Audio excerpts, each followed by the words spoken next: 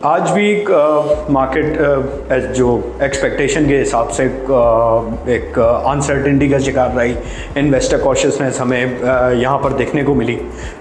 उसकी सबसे अहम जो एविडेंस है मार्केट के तहत से कि वॉल्यूम्स काफ़ी लैकलस्टर हमें देखने को मिले और मजमूई तौर पर बाज़ार जो है तकरीबन कोई 1500 पॉइंट से घटकर 1,20,465 की सतह पर बंद हुई। बाज़ार में कुल सरमायाकारी कोई तकरीबन 21.23 अरब की रही। हाल ये बताते चलूँ कि जब से ये ईरान और इजराइल के बीच में कशीदगी शुरू हुई है, जो जंगी सूरत हाल चल रही है, जो अब तकरीबन अपने छठे दिन में दाखिल हो चुकी है, ये इन्वेस्टर कॉन्फिडेंस काफ़ी शेकी बना रहा है और इसकी वजह से हमने देखा है कि दिन ब दिन जो है वॉल्यूम्स में भी हमें कमी देखने को मिल रही है। एक वॉलेटिलिटी जो है मार्केट में काफ़ी इन लेवल्स पर इंक्रीज़ हो गई है। अभी तक तो ये काफ़ी ऑनगोइंग सिचुएशन है, कुछ नहीं कहा जा सकता कॉन्फिडेंस के साथ कि कब तक ये जंग ख़त्म होगी, इसके क्या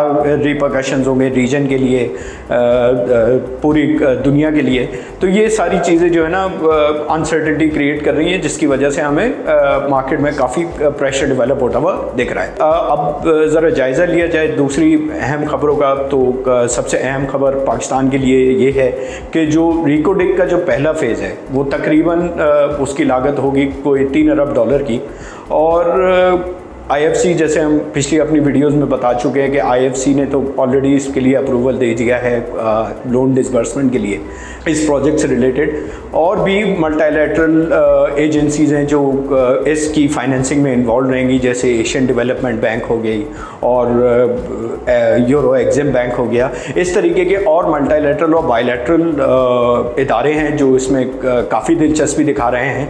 और इसका जो फाइनेंसिंग का पहला ड्रॉ डाउन है वो तकरीबन 2025 के सेकंड हाफ में एक्सपेक्टेड है कि वो रिकोडिक के जो कंपनी है, पेरेंट कंपनी है बैरिगोल्ड, उसको अवेलेबल होगा। थोड़ा सा बात करी जाए लार्ज स्केल मैन्युफैक्चरिंग इंडेक्स की, चूँकि उसके कल नंबर्स रिलीज़ हुए थे, तो ये इसमें एक हमने इजाफा देखा है ईयर ऑन ईयर के 2.3% से अप्रैल के महीने में ये बढ़ा है। क्योंकि इसके नंबर्स थोड़े लैग से आते हैं, तो जो लेटेस्ट नंबर रिलीज़ हुआ है तो वो अप्रैल 2025 का हुआ है और पिछले साल से लार्ज स्केल मैन्युफैक्चरिंग कोई 2.3% से बढ़ी है, जो कि एक खातिर ख्वाह खबर है हमारी इकॉनमी के लिए। FDI जो एक काफ़ी इम्पॉर्टेंट मैट्रिक होता है फाइनेंशियल फ्लोज का किसी मुल्क के लिए, उसकी फिगर्स भी आई हैं।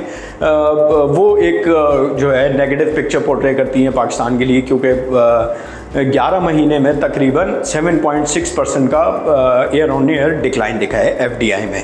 आखिर में बात करी जाए रियल इक्विलिब्रियम एक्सचेंज रेट की, रियर की, जो कि आपकी करेंसी की एक वैल्यूएशन का मैट्रिक होता है कि दूसरी बास्केट ऑफ करेंसी से कि हमारी करेंसी ओवर वैल्यूड है या अंडर वैल्यूड है।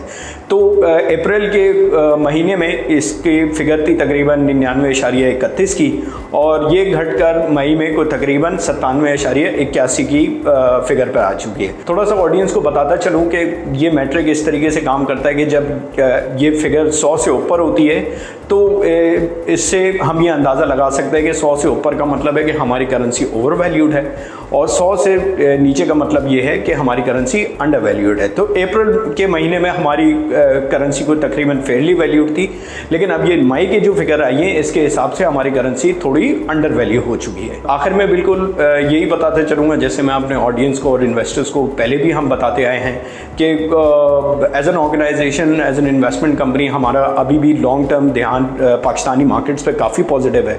और जैसा कि हम ओवर दी टाइम विंडिकेट भी हमारा व्यू होता आ रहा है कि मार्केट ने 1,26,000 का ऑल टाइम हाई बनाया, फिर वहाँ से करेक्शन हुई। उसकी वजूहत हम पहले भी बता चुके हैं कि मेन वजह जो है ये इजराइल ईरान की जंग बनी। लेकिन लॉन्ग टर्म में अगर फंडामेंटल्स पे सिर्फ रखकर बात करी जाए तो हमारी इकॉनमी में काफ़ी इंप्रूवमेंट हमें देखने को मिल रही है। हुकूमत जो है स्ट्रक्चरल रिफॉर्म्स पे भी बड़ी तेज़ी से काम कर रही है।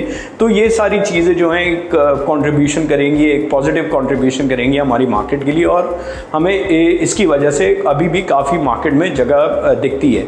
जहाँ तक कि ये जंगी सूरत हाल की बात करी जाए तो ये काफ़ी अनसर्टेन सिचुएशन है। इसका अंदाज़ा लगाना किसी भी इन्वेस्टर के लिए तकरीबन नामुमकिन के करीब होता है। लेकिन जो एक अच्छा लॉन्ग टर्म इन्वेस्टर होता है वो ऐसे वक्तों पे फंडामेंटली स्ट्रॉन्ग शेयर्स जिनके पे आउट अच्छे होते हैं, जिनकी अर्निंग्स प्रोफाइल अच्छी होती है, इनमें सरमायाकारी करता है।